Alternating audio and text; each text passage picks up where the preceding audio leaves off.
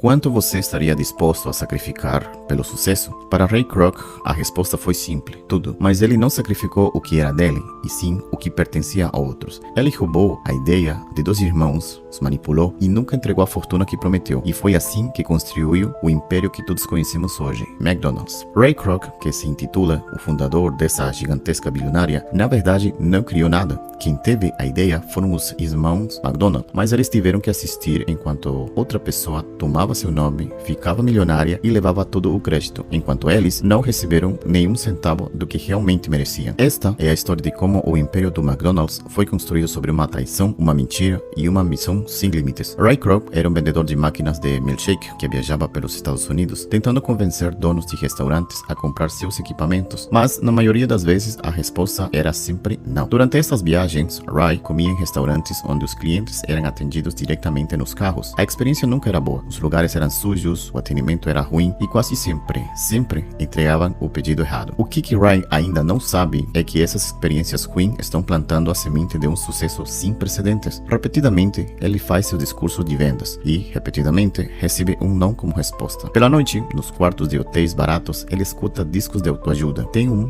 que é o seu favorito. Nele, uma frase ressoa forte em sua mente. A chave do sucesso é a persistência, não o talento, nem a inteligência, nem a educação. A persistência.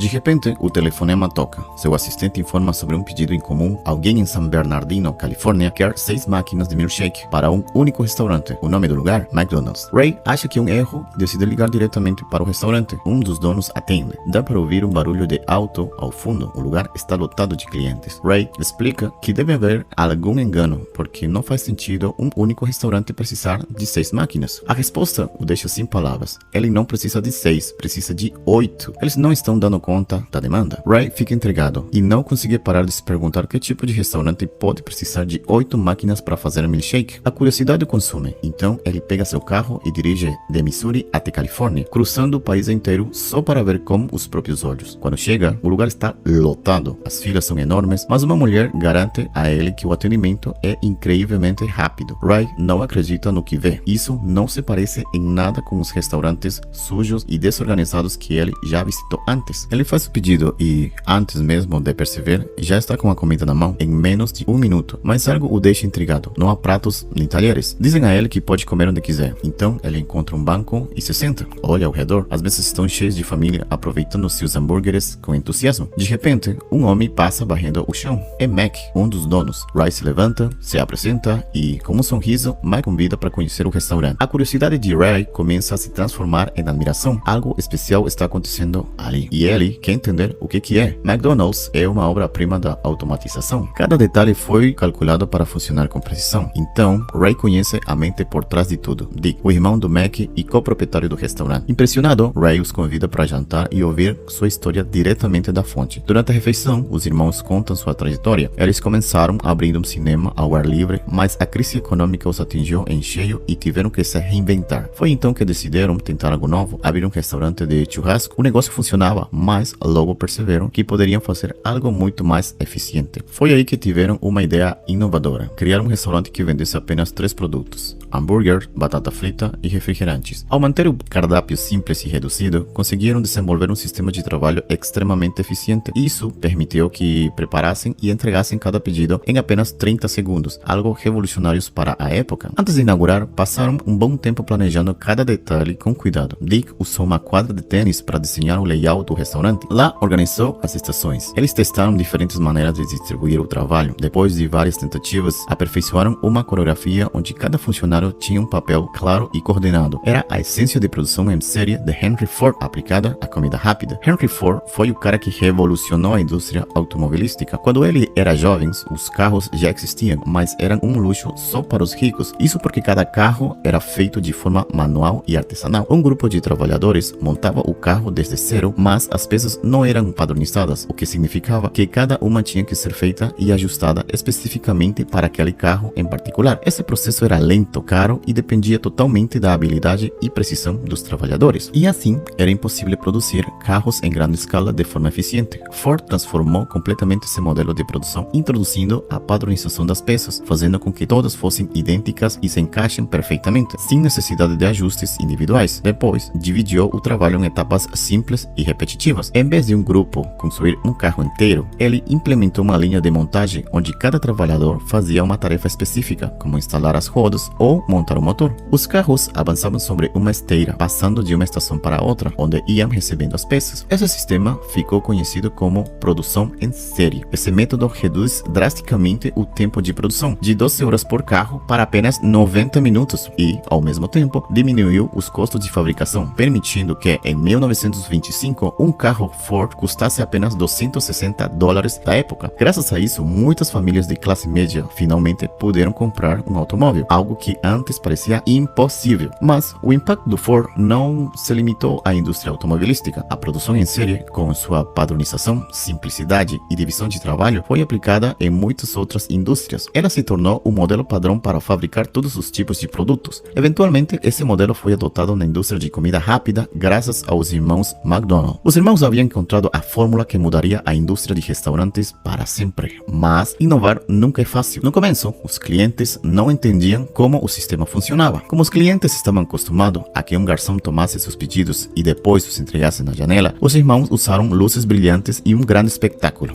No entanto, as luzes só atraíam moscas. Foi um desastre. Frustrado, quase desistiram do conceito e voltaram ao modelo tradicional. Mas, aos poucos, os clientes começaram a chegar. O restaurante começou a lotar e, antes que percebessem, havia se tornado uma sensação. O que os irmãos McDonald's haviam construído era muito mais do que um restaurante. Ray está inquieto. O sucesso o havia escapado por anos, mas agora ele vê uma oportunidade diante dele. O McDonald's tem o potencial de levá-lo à grandeza com a qual ele sempre sonhou. Ele propõe aos irmãos uma sociedade para expandir o negócio por meio de franquias, ou seja, abrir mais restaurantes que sigam o mesmo nome e modelo. No entanto, eles são céticos. Já haviam tentado antes, mas sempre falharam porque não conseguiriam manter os padrões de qualidade que consideravam sagrados. Enquanto Ray, sua atenção se desvia para um quadro no escritório dos irmãos. É uma imagem de um restaurante com 2 arcos dourados. Dick explica que isso faz parte de uma visão deles para o desenho dos locais. Conseguiram construir um em Phoenix, mas, como outras tentativas de franquias, fracassou. Intrigado, Ray decide viajar para Phoenix só para ver com seus próprios olhos. Chegando no local, encontra o restaurante abandonado, mas aqueles arcos dourados o impactam imediatamente. Ele entende o poder daquela imagem como se fosse um símbolo universal, e isso só alimenta sua obsessão. Ele conta que o McDonald's é o equivalente no ramo de restaurantes à revolução de Henry Ford, mas Ethel não compartilha seu entusiasmo. Ela lhe diz que ela está sempre ocupado demais, perseguindo algo maior, incapaz de se satisfazer com o que já tem. Ray fica furioso. Ele diz que ela tem falta de visão, que não entende o potencial que ele vê. Essa discussão toca um ponto bastante interessante e universal. O que é mais satisfatório? Perseguir grandes sonhos e metas ou apreciar o que já temos? Em parte, Ethel tem razão. Se Ray pudesse aprender a valorizar e aproveitar o que já conquistou e quem sabe ser mais feliz, mas Ray tem um ponto. Ao se contentar com o que tem, Ethel poderia estar deixando passar a oportunidade de alcançar todo o seu potencial e conquistar algo extraordinário. Então, quem está certo? É melhor ser ambicioso e continuar buscando mais ou aprender a apreciar o que já temos? A resposta, eu acho, não é tão simples quanto parece. E daqui a pouco te direi qual eu acho que é a certa. Ray continua vendendo máquinas, mas já não tem mais interesse nesse trabalho. O McDonald's ocupa sua mente. Ele decide voltar para os irmãos e dar uma nova abordagem à sua proposta. Desta vez, Ray apresenta algo mais ambicioso. Ele quer transformar o McDonald's na nova igreja americana. Ele explica que em todas as suas viagens pelo país, sempre encontra 2 coisas em cada cidade. Uma igreja com uma cruz e um tribunal com a bandeira americana. Os arcos dourados, segundo ele, poderiam se juntar a essa lista de símbolos nacionais, algo único e inesquecível. Sua visão finalmente conecta com os irmãos. Pela primeira vez, começam a acreditar na possibilidade. Com seu entusiasmo renovado, Ray consegue que os irmãos lhe deem permissão para franquear o McDonald's, mas há 2 condições. Ele deve manter os padrões de qualidade e não pode fazer nenhuma mudança sem a aprovação dos irmãos. Ray aceita. Para ele, isso é apenas o começo. Os arcos dourados estão prestes a se tornar um ícone e ele planeja estar no centro de tudo. Cheio de determinação, vai a diferentes bancos para conseguir um empréstimo, mas sua reputação como empreendedor fracassado o persegue. Os banqueiros o ridiculizam. No final, às escondidas de Ethel, consegue o dinheiro hipotecando sua casa. O risco é enorme, mas Ray está decidido. A construção da sua primeira franquia começa, mas os problemas não demoram em aparecer. Ray quer modificar os planos para incluir o porão e um forno, mas Dick se opõe. A tensão aumenta quando Ray propõe aceitar um patrocínio da Coca-Cola em troca de incluir seu logo nos menus. irmãos, Dick novamente recusa, alegando que isso comprometeria a integridade do restaurante. Para Ray, isso não faz sentido. É uma oportunidade perfeita para ganhar dinheiro sem esforço. Ele não entende como alguém poderia recusá-lo por ideias ou valores que, para ele, apenas impedem o sucesso. Novamente, o filme contrasta duas maneiras muito diferentes de entender o sucesso e o trabalho. Por um lado, está a visão de Ray, que coloca ênfase em maximizar os lucros a todo custo. Para ele, o objetivo de qualquer atividade é ganhar a maior quantidade de dinheiro possível, e o sucesso é medido exclusivamente em termos financeiros. Por outro lado, está a perspectiva de Dick, que acredita que há coisas mais importantes e valiosas que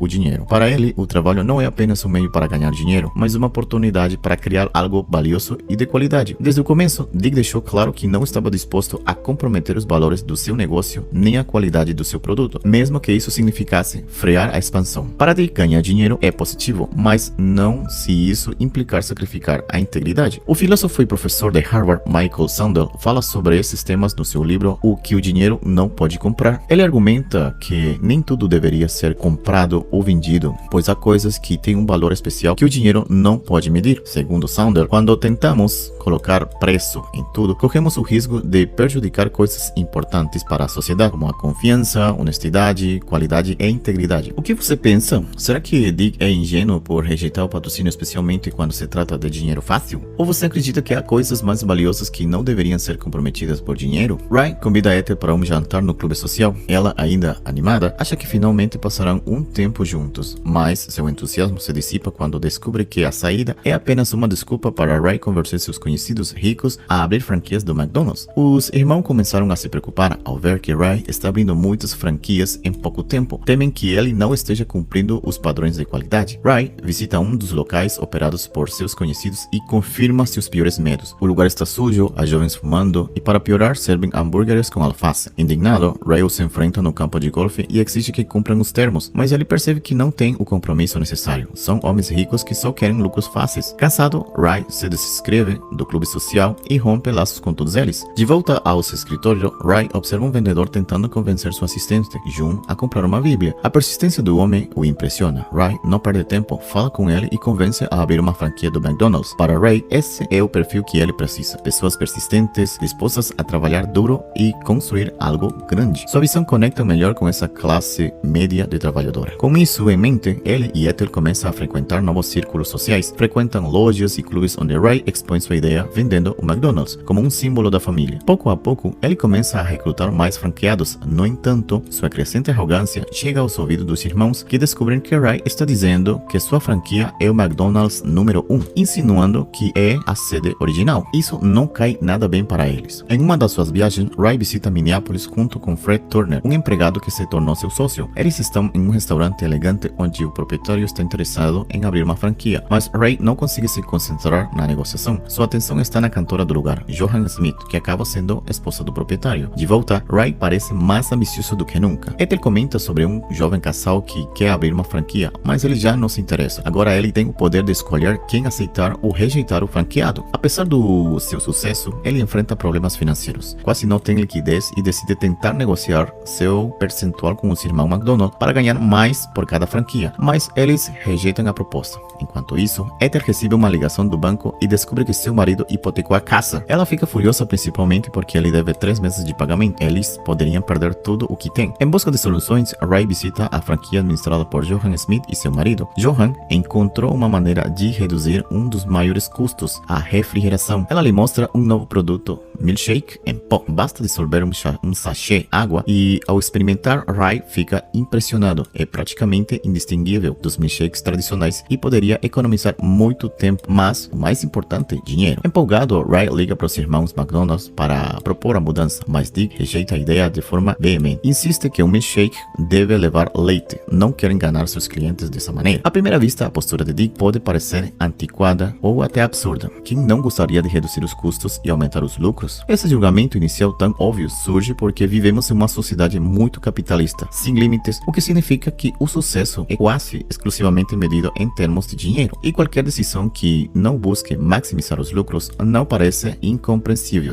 Mas nem sempre foi assim. Em outras épocas e culturas, o trabalho era valorizado por razões diferentes do dinheiro, como a conexão com a comunidade, o propósito pessoal, o orgulho de fazer algo bem. O legado que se deixa à expressão de valores ou serviço é uma causa maior. Dick representa representa essa mentalidade, onde o trabalho não é apenas uma ferramenta para ganhar dinheiro. Para ele, o sucesso não é medido apenas em lucros, mas na capacidade de oferecer algo genuíno e significativo. Enquanto isso, Ray continua afundado em problemas financeiros. Em uma visita ao banco para renegociar sua dívida, um homem se aproxima dele. É Harry Sonborn, e sua proposta pode ser a solução que Ray tanto precisa. Harry explica que o verdadeiro negócio não são os hambúrgueres, mas os imóveis. A chave está em comprar terrenos e alugá-los para os franqueados. Ray vê nessa ideia uma oportunidade de se livrar do controle dos McDonald's. Ele cria uma nova empresa, a French Realty Corporation, e muda os termos de contrato das franquias. Os restaurantes só poderão ser construídos em terrenos da sua propriedade. Dick fica sabendo da nova empresa e liga furioso para Ray, exigindo explicações. Ray responde com frieza dizendo que essa é uma empresa diferente alheia ao contrato original. O sucesso de Ray o impulsiona a tomar decisões ainda mais ousadas. Sem consultar os irmãos, ele elimina o sorvete real das milkshakes e ordena que todas as franquias usem pó. Enquanto isso, Ray parece ter encontrado uma conexão com Johan. As conversas com ela se tornam cada vez mais frequentes e falam sobre planos futuros que vão além do trabalho. Com ela, Ray encontra uma mente afim, visionária, disposta a inovar e correr riscos. Ray é um homem profundamente ambicioso, muito mais do que a maioria das pessoas ao seu redor. Até mesmo sua própria esposa nunca entendeu a maneira de ver a vida. Por isso, ao descobrir em Johan uma ambição similar à sua, Ray se sentiu totalmente atraído. Enquanto isso, Dick e Meg estão alarmados. Ray parece estar fora de controle.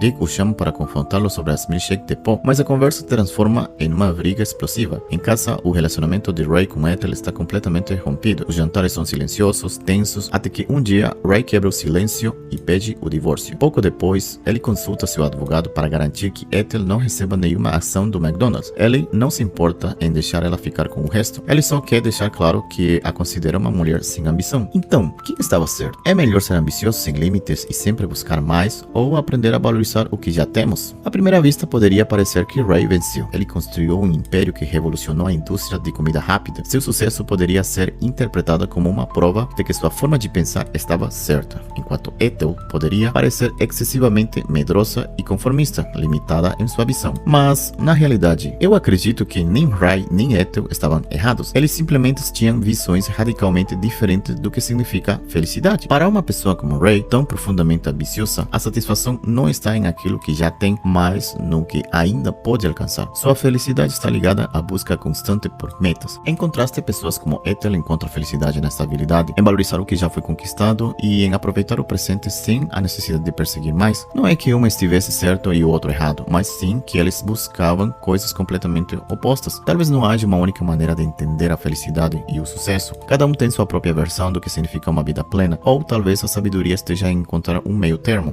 entre essas duas visões, ou seja, ter metas e ambições, mas sem deixar de valorizar e apreciar o que já se tem e o que já foi conquistado. Ray está decidido a romper o contrato que o aprende aos irmãos McDonald's. Ele muda o nome da sua empresa para McDonald's Corporation e envia cartas com um novo logo, uma declaração de guerra. Alarmados, os irmãos o chamam imediatamente. Mac grita: Ray, esta não é sua empresa. Fomos nós que inventamos tudo, não você. O que você trouxe de novo? Que ideia você criou? Diga-me uma coisa só. Você não é mais que uma sanguessuga. Ray ri sarcasticamente e responde: o que eu fiz foi negócio. E negócio são guerras. Se meu concorrente estivesse se afogando, eu iria até ele e colocaria uma mangueira na boca. Você faria o mesmo? Os irmãos ficam paralisados. A ambição e a crueldade dele são assustadoras. Mac responde com frieza: não, eu não faria isso e jamais gostaria de chegar a esse ponto. Ray replica: então já entendi por que vocês só têm um restaurante. Com frieza, ele os ameaça: se tentarem me processar, vou usar o dinheiro que acumulei para afundá-los em um processo jurídico tão longo e caro que não vai sobrar nada para vocês. O estresse é demais para Mac, que sofre um colapso e acaba no hospital. Ray não perde a oportunidade, vai até o hospital com um arranjo de flores, mas sua intenção não é se reconciliar. Ele leva consigo um cheque em branco, também com o logo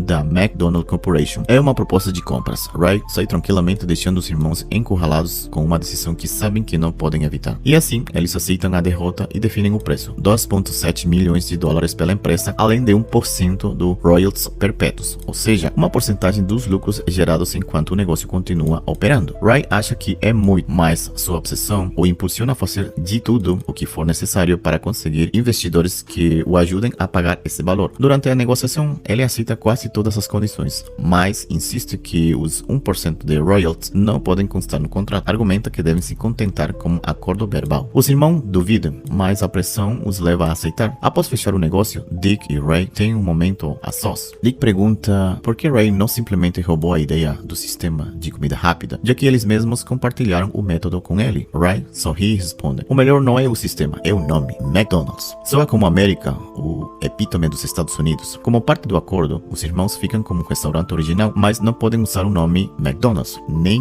nada semelhante. Pouco depois, Ray inaugura o McDonald's número 100. Bem em frente à loja dos irmãos, nos seus cartões de visita, ele se autodenomina fundador, reescrevendo a história a seu favor. Anos depois, no topo do seu sucesso, Ray se prepara para dar um discurso inspirador diante do governador Ronald Reagan. Repete diante do espelho as palavras do seu discurso de superação pessoal. A chave do sucesso é a persistência, não o talento, nem a inteligência, nem a educação, a persistência. Mas será que realmente foi a persistência que levou Ray ao sucesso? Além do esforço, visão e determinação, que certamente devemos reconhecer, o que realmente o colocou no topo foi sua habilidade em se apropriar das ideias dos outros e descartá-las assim que deixassem de ser úteis para ele. Ray não construiu seu império só com trabalho duro, mas com táticas bem questionáveis. Manipulou, traiu e sacrificou aqueles que um dia confiaram nele. Alguns poderiam argumentar que as decisões de Ray estavam justificadas, já que os irmãos McDonald's não tinham a ambição e nem a visão necessários. As decisões necessárias para levar o negócio ao nível em que ele chegou. Eles só queriam operar o restaurante de forma eficiente e manter a qualidade sem pensar em expandir. Além disso, quando Ray sugeria mudanças inovadoras, eles não aceitavam. Mas isso nos leva a uma verdade que muitas vezes é difícil de entender e aceitar. Nem todos buscam uma ambição desenfreada ou o sucesso global, e isso não tem nada de errado. Cada um tem sua própria definição de sucesso, que para alguns é conformismo e fracasso, para outros é paz e a felicidade. E embora Ray se considerasse superior aos irmãos por ter conseguido expandir o negócio e por estar disposto a ser implacável no processo, a verdade é que isso não era o que eles queriam. Eles tinham uma definição diferente de sucesso e isso não os tornava fracassados. Eles simplesmente não compartilhavam sua sede por dinheiro. No entanto, isso não justifica que Ray se aproveitasse deles. Ele deveria ter respeitado o fato de que o projeto que tanto o fascinava não era dele. Como bem disse Dick, Ray poderia ter criado um negócio semelhante sem precisar roubar o que eles já haviam construído. Atrás de Ray aparece Johan, que agora é sua esposa, mais um símbolo de como ele obteve o que queria às custas de tomar dos outros. Durante seu discurso, Ray lembra do primeiro McDonald's que ele abriu, chamado o McDonald's número 1. Com essa afirmação, ele apaga os irmãos McDonald's da sua própria história, consolidando seu legado como o único criador do Império dos Arcos Dourados. O restaurante original dos irmãos McDonald's foi renomeado a Grande M. No entanto, Ray abriu a filial de McDonald's bem em frente e, em pouco tempo, a Grande M quebrou. Os irmãos nunca conseguiram provar o acordo verbal de royalties que haviam negociado com Ray, aquele 1% das vendas globais que nunca chegou até eles. Hoje, isso valeria mais de 100 milhões de dólares por ano. Atualmente, McDonald's Corporation tem um valor aproximado de 210 bilhões de dólares e é um dos maiores proprietários de imóveis do mundo e alimenta 1% da população mundial todos os dias. Então, nessa história,